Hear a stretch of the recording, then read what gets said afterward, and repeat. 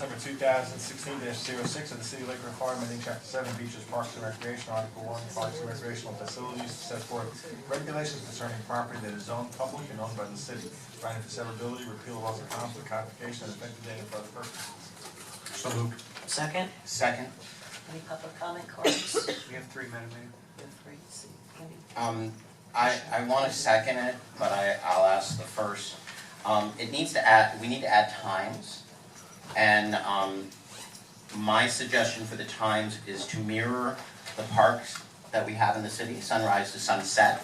That makes it uniformed over the entire city, and PBSO and anyone enforcing those laws will know exactly that it's sunrise to sunset at all parks and public facilities. Okay, then I would ask the Sunset to city. sunrise. Yeah, I mean, sunrise to sunset. No, Yeah, it's been a long meeting already. Yes. When it's dark. Sunset to sunrise, sunrise to sunset. City Attorney. Sunrise. If we add that adjustment to this ordinance, do we have to bring it back? Is it legally sufficient? No, actually, the ordinance is drafted, as we say, that the closing hours are going to be set at your next meeting by resolution, that we have the flexibility of changing them. Oh, okay, As- so we should just address this as it is and deal with the hours in the next Right, and it's, bite at the apple. And and it was, staff had recommended, or we anticipated, that closing hours shall be 10 p.m. to 6 a.m., but if the suggestion tonight is, dusk, sunset to sunrise, When it gets dark. then we can make that change for the resolution for the next meeting. Sullivan? and that's why I was trying to get it tonight, so it sends a clear message, because there was concerns with the citizens, exactly what we were doing tonight. So I wanted to send a clear message that, we were trying to mirror the same thing that the local parks had.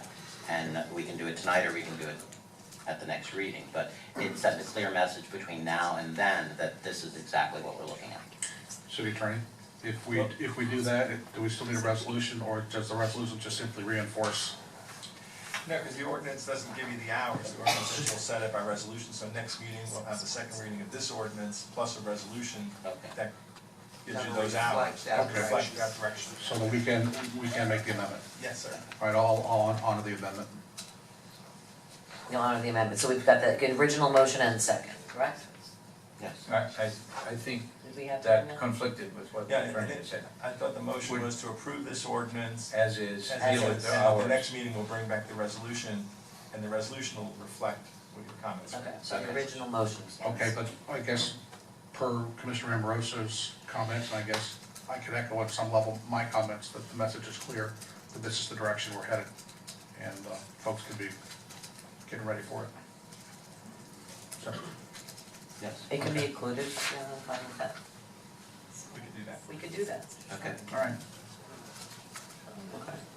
So we've got the motion and the second, and public comment. Niley Buff, followed by Arthur Broughton. Did I pronounce that okay? No, that's okay though. It's Neil. Neil, you start. 819 North Lakeside Drive. So I'm talking about the importance of turning the public space into a park. My wife and I live on Lakeside Drive, and we have a 1-year-old daughter. We do not live within a mile of a public park, and I want to talk about why that matters. The parks are really important for 3 main purposes for children. The first is about play and brain development. So in order for my daughter's brain to develop properly, she needs to interact with children her age. We will not be having a second child. The only way for her to get this interaction is with other children. She doesn't go to school yet, she's 1. And so the second is to develop motor skills. We take her down to Bryant Park. It is quite a hike. Actually, I have to get in the car and kind of trudge her down there, and then she goes kicking and screaming to get her back into the car seat to get her home. It'd be a lot easier if I could just walk her there. But the motor development is a really important skill for her. She needs to be able to climb and to be able to pull herself up onto things. These are things that we master as adults, but as children, every single experience is incredibly important. And the third is around social capability. So negotiating your space on a playground is incredibly important. And she doesn't have this ability right now on a regular basis. Changing the ordinances in that area to make it a public park will facilitate my daughters and all of the children in Lakeport that live in Parrot Cove and into College Park, so they can have better access to the parks and better access to developing their brain, developing their motor skills and developing their social capabilities. So changing that to a park is really moving our neighborhoods into the future, as opposed to dealing with simply just the present. We really need to plan for the children of Lakewood, not just where we're at today. We're talking about whether or not we want to have a bar at a hotel versus what do we want our children to have and what's the legacy that we want to leave. And I want to leave my daughter the legacy of being able to play with children her own age. Thank you. Arthur Broughton.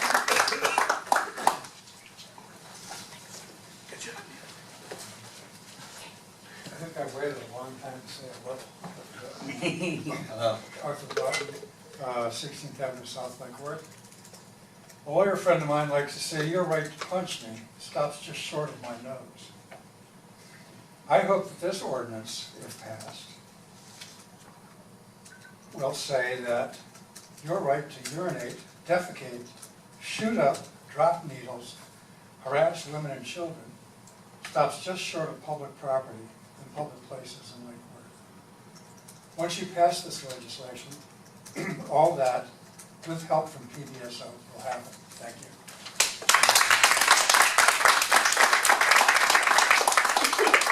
Lisa Maxwell, followed by Joanne Golden.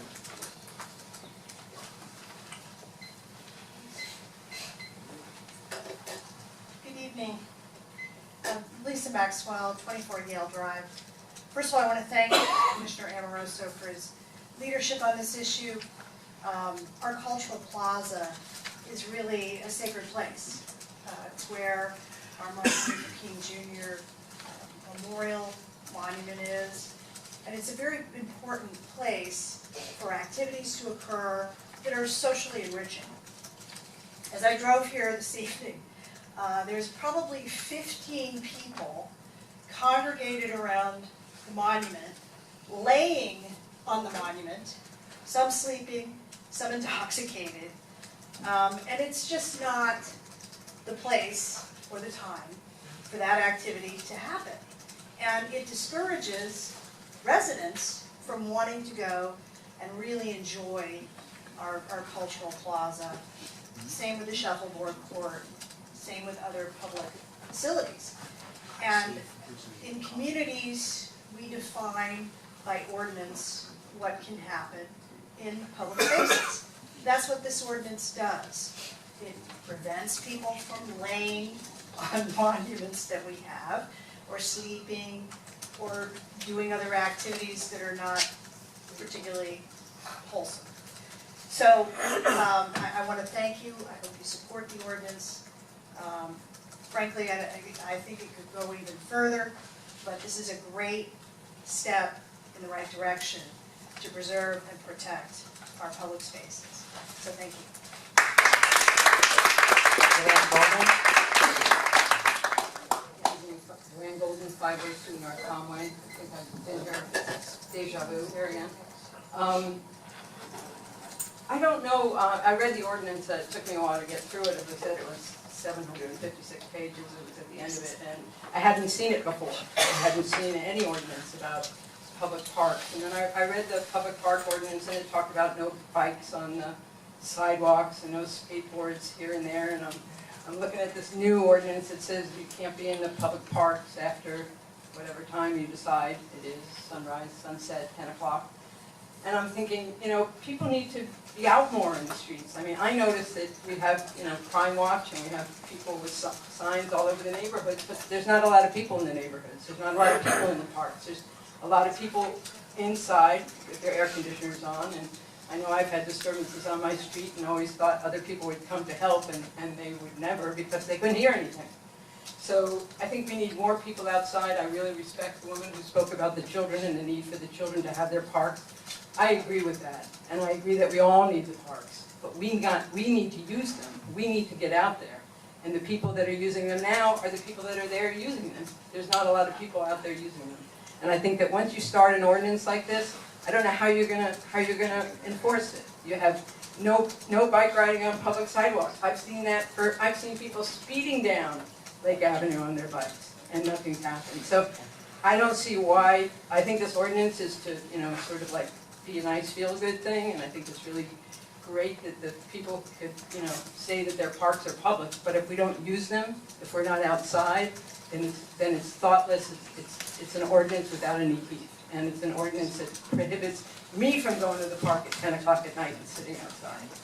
It prohibits me from going down by the water and sitting by the water at 10 o'clock at night. So I think it works both ways. We need to get out more, and we need to protect our children, and we also need to make sure that the laws that we enact are the laws that we perform on, and that we do have people do something about them. So if people get run over by bikes on sidewalks, it would be good to stop that behavior. Enough for this one? Yeah. You're next. Timing's everything. Michelle Sylvester, 525 Lake Avenue. We have a business in Lake Worth, and we sometimes have elderly customers that come in, and on multiple occasions, we've had them exit our store just to be run over nearly by bicycles, riding on the sidewalk, skateboards, zooming by. We've had hoverboards now. These are soundless, motion machines that can move more quickly than a lot of our pedestrians that use the sidewalks. And we would move to support this amendment, or this ordinance, and very strongly so. In speaking to the park issue, I think personally as a female, it's scary down there at the Cultural Plaza. It's scary whether it's the Christmas parade and the police have already swept through, excuse me, and cleaned up all the drug paraphernalia and the drug addicts that are down there. A few minutes later to go back walking through with a mother and a police officer to find a syringe on the floor because some derelict has dropped his drug paraphernalia. So I think this is a good step for us to get control on our parks and get rid of some of the unseamless people that need to quit doing what they're doing, and give PBSO the authority to make the arrest and get rid of these people.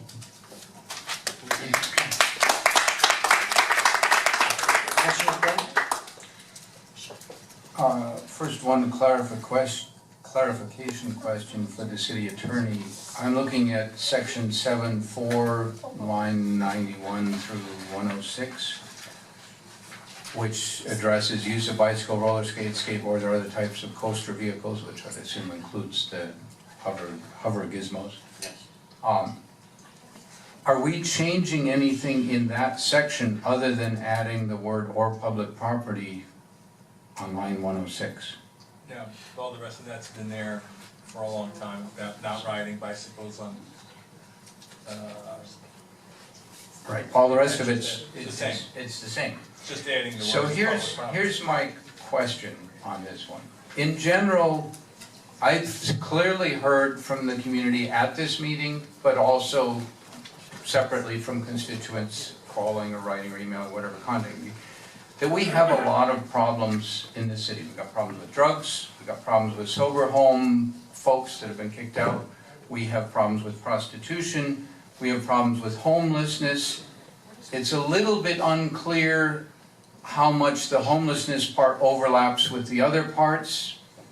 To some extent, maybe it does, to some extent it's an independent thing.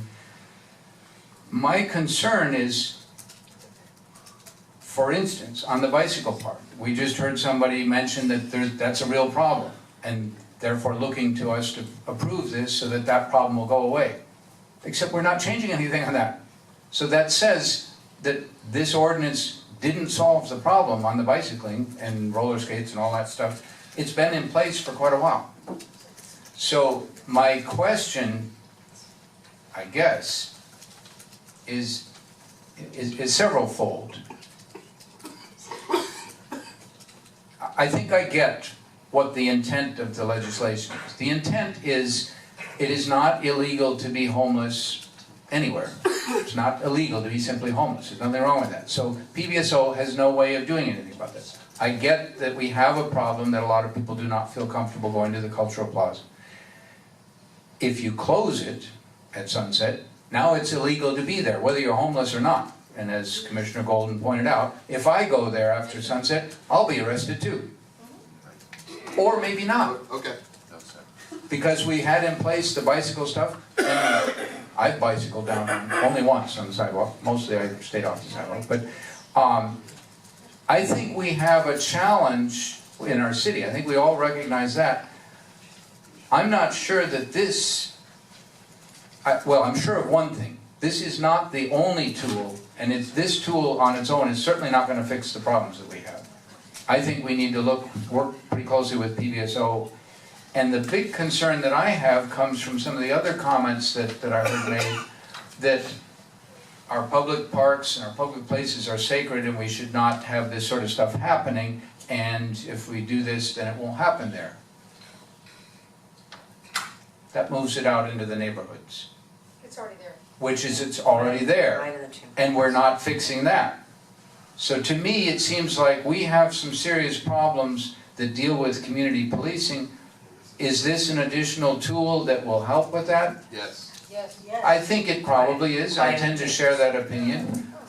But I certainly don't have any illusions that this is gonna fix everything.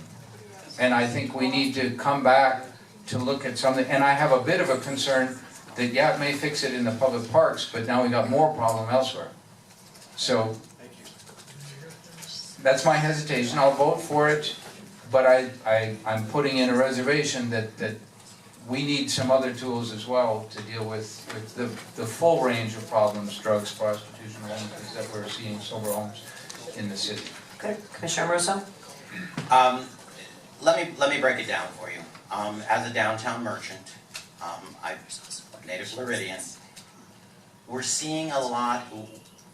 Lake Worth has been known for quirky and funky. We're not seeing that. We're seeing scumbags. That's what it's about. And this has come out of the love for the city from all the people that are here tonight, all you and everyone that came before you earlier, because they all talked about the same issues. Yes, this is just one piece of the pie. I agree with you, Commissioner McVoy. This is one piece. And I'll be happy to bring back 3 or 4 more pieces to go with this, because we're already talking about it.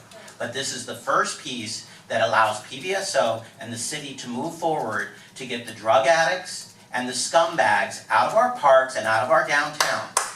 The bike piece, the problem, the reason we had to add bikes in here and hoverboards and all the new things that are out now, because we identified with the Sheriff's Department that the signs on Lake and Lucerne said Lake Worth PD, so they couldn't enforce it. We also, they have 2 tools in their toolbox. When you're riding on the sidewalk, you can either give them a warning or you can arrest them. Well, we didn't necessarily want to arrest somebody for riding bikes, but they need the ability to give them a ticket. This is just one move in the right direction to start ticketing people, because we did the same thing. I did it with Captain Silva on the golf course a couple years ago. We had a lot of people running their dogs and they were pooping and people had issues. I said, go give them a few tickets and they will stop.